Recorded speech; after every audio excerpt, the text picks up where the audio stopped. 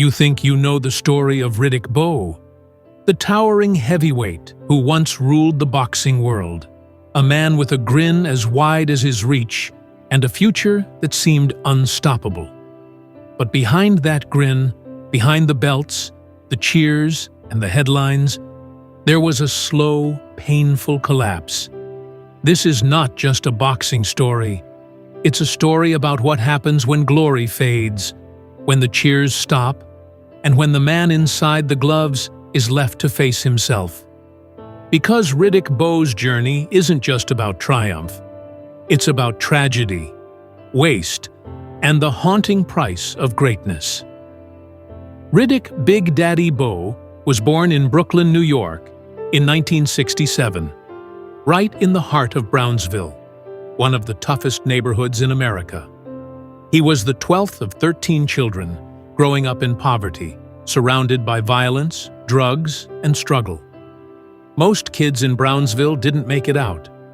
But Bowe had one thing that set him apart: size, athleticism, and a natural gift for fighting. He was big, but fast, strong, but graceful. And when he found boxing, he found purpose. Under the guidance of the legendary Eddie Futch, Bowe's raw street instincts were transformed into real skill. Futch had trained Joe Frazier and Ken Norton, and he saw in Bowe a mix of talent and potential he hadn't witnessed in decades. "He could have been one of the best ever," Futch once said. And for a moment, he was. By 1988, Bowe was representing the United States at the Seoul Olympics, winning a silver medal. His loss in the final, to none other than Lennox Lewis, sparked one of boxing's great rivalries. But when Bowe turned professional, he exploded onto the scene. He didn't just win, he demolished people. His size, speed, and fluidity made him a nightmare in the ring. By 1992, just 3 years after turning pro, he faced Evander Holyfield for the undisputed heavyweight championship. The fight was an instant classic, 12 rounds of war, heart, and skill. Bowe came out on top, becoming the undisputed heavyweight champion at only 25. America had found its new star. He had the belts, the smile, and the charisma. The Big Daddy era had begun. But fame and fortune are double-edged swords. Almost overnight, Bowe went from being the hungry kid from Brownsville to a millionaire superstar. He had everything: money, attention, and comfort. And that was the problem. His discipline started to fade. Between fights, his weight ballooned. He skipped training sessions. He surrounded himself with yes-men who told him what he wanted to hear. Eddie Futch began to see the decline early. He stopped listening, Futch later admitted. He had it all, but he didn't want to work for it anymore. The hunger that made him champion was disappearing. The cracks started showing quickly.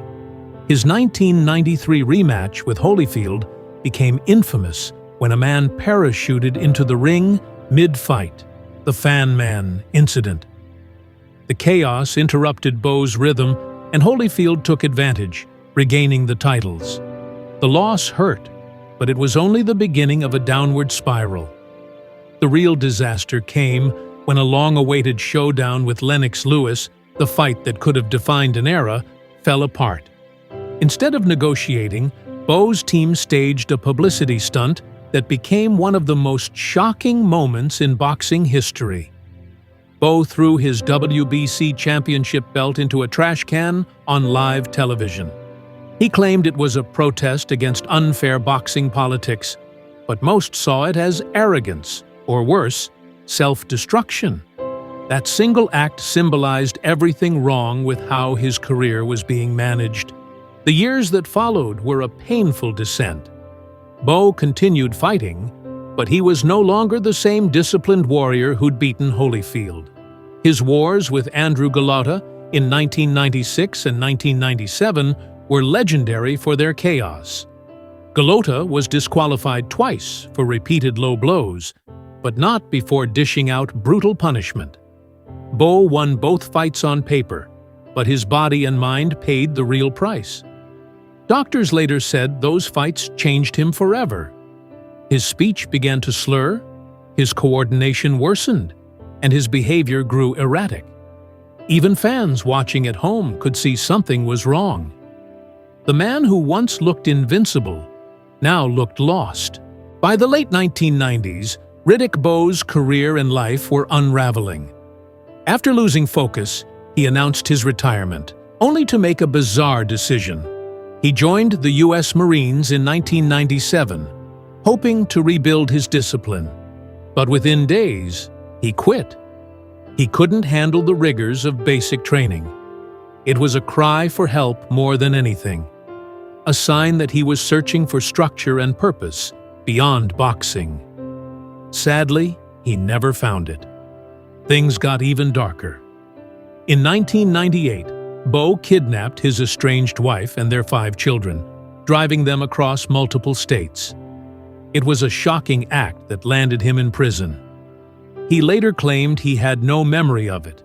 That brain damage from boxing made him act irrationally. When he was released after serving 17 months, doctors confirmed that he was showing early signs of chronic traumatic encephalopathy, CTE, the degenerative brain disease caused by repeated blows to the head. He was only in his early 30s, but already his body and mind were breaking down. Still, Bowe couldn't walk away from boxing. In the 2000s, he made several comeback attempts, not because he needed the belts, but because he needed boxing. It was all he knew. Watching him fight during those years was heartbreaking. The timing was gone, the reflexes dulled. He still had flashes of the old Big Daddy, but they were rare, fleeting.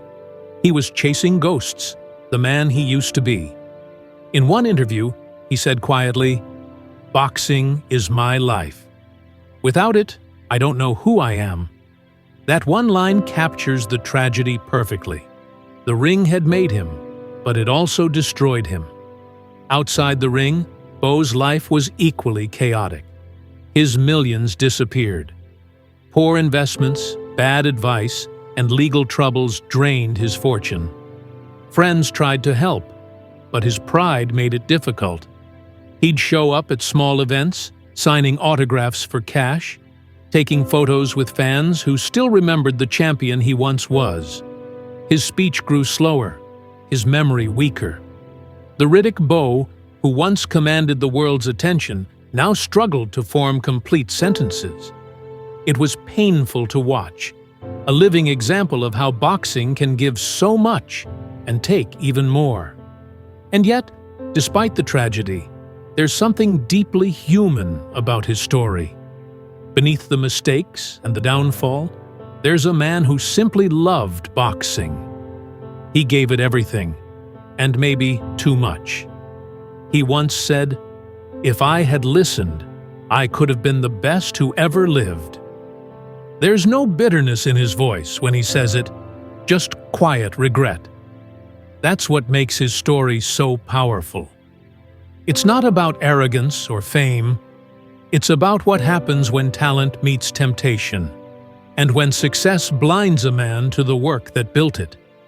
Today, at 58 years old, Riddick Bowe is a shell of the athlete he once was. But his heart is still there. He still appears at events, smiling for photos, shaking hands with fans who call him champ. His words come slowly now, but his warmth hasn't faded. He's living proof that even in defeat, humanity remains. The people who meet him often describe feeling two emotions at once: admiration for what he achieved, and sorrow for what was lost. Because when they look at him, they don't just see a fallen champion, they see a warning.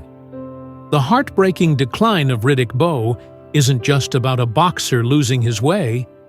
It's about what happens when the cheers stop and the spotlight fades. It's about the toll that greatness takes, physically, mentally, spiritually. Bowe once said, "Everybody falls. The question is, do you get back up?" And while he may never have returned to the top, he did keep getting up, again and again. Even when his body betrayed him, even when his mind began to slip, he never stopped trying. That's courage. That's tragedy. And that's Riddick Bowe. So when you hear his name, don't just think of the man who threw his belt into a trash can or fought in some of the wildest heavyweight wars of the 1990s. Think of the boy from Brownsville who fought his way out of poverty, who reached the highest peak in boxing, and who then faced battles far tougher than any he fought in the ring. Riddick Bowe's story is about what it means to be human, to rise, to fall, and to keep fighting, even when everything seems lost. Because, in the end, every fighter meets the same opponent: time. And as Bowe's life reminds us, time is the one thing even champions can't beat.